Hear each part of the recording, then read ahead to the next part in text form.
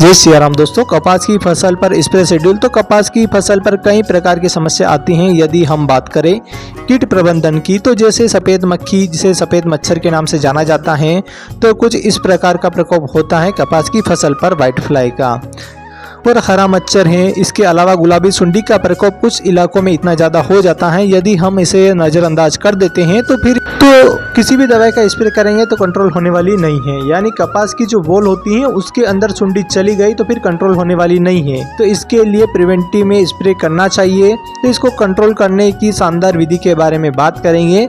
इसके अलावा एफिड जेफिड का प्रकोप होता है और कई कई इलाकों में थ्रिप्स का प्रकोप भी देखने के लिए मिलता है। इसके अलावा फंगस में बात करें तो जैसे जस्ट है, ब्लाउड है यानी पाउडरी मिल्यूड है, बीमारियों में बिल्ड है यानी बैक्टीरिया बिल्ड जो सूखने की समस्या आती है। इसके अलावा पीलापन की समस्या है, मैग्नीशियम की कमी, जिंक की कमी, लिप कर्ल वायरस की समस्या आती है। कपास एक ऐसी फसल है जिसमें सुंडी का प्रकोप कुछ इलाकों में इतना ज़्यादा बढ़ गया है कि किसान कपास की जगह मक्के की खेती करने की सोच रहा है और कुछ किसान कर भी रहे हैं। इसके अलावा गुलाबी सुंडी के साथ साथ चबाने वाले कीटों का प्रकोप, सूखने की समस्या, जिससे उठा रोग अलग अलग नामों से जाना जाता है। तो कपास की फसल पर यदि हम 3-4 स्प्रे कपास की फसल पर चलाएंगे तो बहुत अच्छे रिजल्ट आपको देखने के लिए मिलेंगे। कमेंट में आप जरूर बताएं इस साल आपने कपास की कौन सी वैरायटी का चुनाव किया है, क्योंकि अभी सबसे ज्यादा मध्य प्रदेश में राशि 626, राशि 773 वैरायटी, इसके अलावा क्रिस्टल की 09 वैरायटी और निजू बिट्टू सीड्स की राजा वैरायटी को लगा सकते हैं, अजीत की 155 वैरायटी को लगा सकते हैं, यूएस एग्री सीड्स की यानी 51 कॉटन वैरायटी को लगा सकते हैं, राशि की 776 वैरायटी को ज़्यादा लगाया जा रहा है। लेकिन इस साल आपने कौन सी वैरायटी का चुनाव किया है, कमेंट सेक्शन में जरूर बताएं। 1 एकड़ में आप कपास की खेती से कितनी पैदावार निकालते हैं? कपास की एक अच्छी पैदावार निकालने के लिए बेसल डोज में जो आपको खाद का प्रयोग करना है वो बहुत ज़्यादा जरूरी है।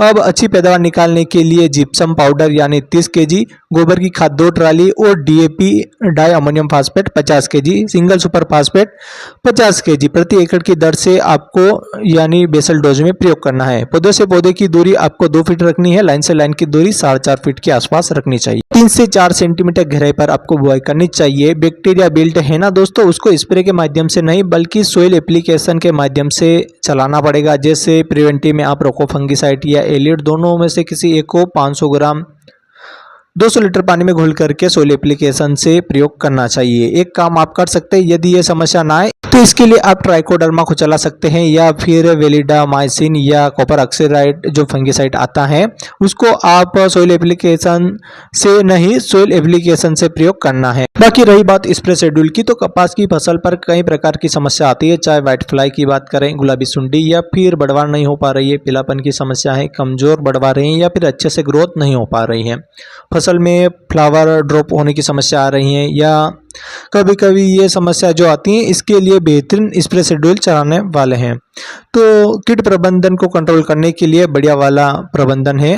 तो कपास की फसल पर फर्स्ट स्प्रे यानी 40 से 50 दिन के मध्य की फसल होती है। तो कुछ फंगस, कुछ कीट की समस्या आती है, जैसे बढ़वा नहीं हो पाना, पीलापन की समस्या, फंगस और कीटों की समस्या आती है। तो इसके लिए हमें थाइफेनोड मिथाइल यानी 70% WP फॉर्म में आती है, 40 ग्राम लेना है। यदि इसके ट्रेड नेम की बात करें तो रोको फंगिसाइड में ये टेक्निकल देखने के लिए मिल जाता है और इसके साथ में लेना है एसीफेट 50% प्लस एमिडा क्लोरपिड LSSP 50 ग्राम लेना है। जैसे UPL कंपनी की लांसर गोल्ड, इसमें यह टेक्निकल मिल जाता है। और इसके साथ हम लेंगे एक अच्छी बढ़वार के लिए शानदार प्लांट ग्रोथ प्रमोटर यानी बायोस्टिक की तरह, टॉनिक की तरह बढ़वार के लिए हेल्प करेगा, यानी वह एकदम हाइट को बढ़ाने में मदद करेगा। तो इसके लिए एंजाइम साथ ही साइटोकोनिन का कॉम्बिनेशन है। जैसे ट्रेड नेम की बात करें तो पोषक सुपर, जिसमें वो आपको लेना है 25 ml। इन तीनों को 15 लीटर पानी में घोल करके स्प्रे करेंगे। अब 70 से 80 दिन हमारी कॉटन की फसल हो जाती है। तो इस समय हमें लेना है फ्लोनाकामिड यानी 50% WG फॉर्म में आता है। इसके ट्रेड नेम की बात करें तो UPL की उलाला 5 ग्राम लेना है और इसके साथ में लेमड़ा साइलोथ्रिन यानी 5 25% इसी फॉर्म में आता है, जैसे कराटे इंसेक्टिसाइड में टेक्निकल मिल जाता है। 25 ml लेना है फेंटेक प्लस टॉनिक यानी 10 ml। इसमें आपको देखने के लिए मिल जाएगा यानी अमीनो एसिड और अन्य विटामिन का कॉम्बिनेशन, यानी 70 से 80 दिन की फसल होती है तो ये फ्लावर ज़्यादा आने में हेल्प करेगा और थोड़ा सा पत्तियों को ग्रीननेस करने में, थोड़ी सी चमक बढ़ाने में काफ़ी ज़्यादा हेल्प करेगा। तो 15 लीटर की दर से स्प्रे करें। फोर्थ स्प्रे जब 125 से 130 दिन हमारे कपास की फसल होती है दोस्तों, इस समय हमें एक अच्छा स्प्रे लेना चाहिए। जैसे फोर्थ स्प्रे में आपको लेना है बायर की फेनोस क्विक यानी 10 ml और इसके साथ में बायर की एंट्राकोल फंगिसाइड 10 ग्राम लेना है। इमाम यानी एमिडाक्लोरपिड 20% SP जैसे आपको इक्का आपको लेना है, ये टेक्निकल इक्का में आपको देखने के लिए मिल जाएगा, 10 ग्राम लेना है। इन तीनों को मिक्स करके 15 लीटर की दर से स्प्रे करना चाहिए। दोस्तों हमने कपास की फसल पर 4 स्प्रे के बारे में बात करी। किसान भाई 5 स्प्रे कपास की फसल पर करते हैं, बाकी 4 स्प्रे मैंने कपास की फसल पर बताए हैं। 4 स्प्रे में आपकी कपास की फसल तैयार हो जाएगी।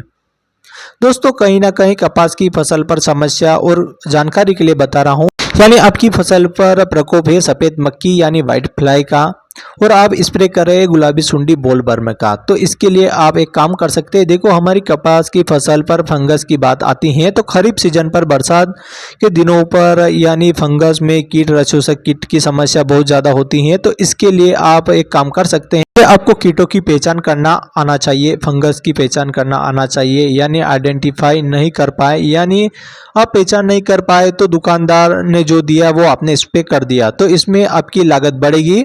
तो फिर आप कैसे लागत प्रॉफिट निकाल पाएंगे, लागत से अपने प्रॉफिट को निकाल पाएंगे। तो दोस्तों कीटों की पहचान करने के लिए, फंगस की पहचान करने के लिए इसके ऊपर पहले से मैंने वीडियो अपलोड कर रखी है और आप वीडियो को वॉच कर सकते हैं, लिंक आपको डिस्क्रिप्शन में मिल जाएगी। तो बेस्ट दवाइयों का स्प्रे कर सकते हैं, जिससे बेस्ट दवाइयाँ में जो सबसे बढ़िया दवाई है तो उससे कंट्रोल आपको मिल जाएगा। तो इस वीडियो को पूरा वॉच करें ताकि आपको जानकारी अच्छे से मिल सके। तो इस वीडियो को देखें और अपनी फसल पर अप्लाई करें। उम्मीद करते हैं दोस्तों इस वीडियो के माध्यम से जो जानकारी मैंने कपास की फसल के बारे में बताई वो आपको बहुत अच्छी लगी होगी। अगर हमारे द्वारा दी गई जानकारी आपको अच्छी लगी, चैनल को सब्सक्राइब करें, वीडियो को लाइक करें और ज़्यादा से ज़्यादा अन्य किसान भाई को वीडियो शेयर करें। तब तक के लिए सेफ एंड टेक केयर। जय हिंद, जय भारत, जय श्री राम।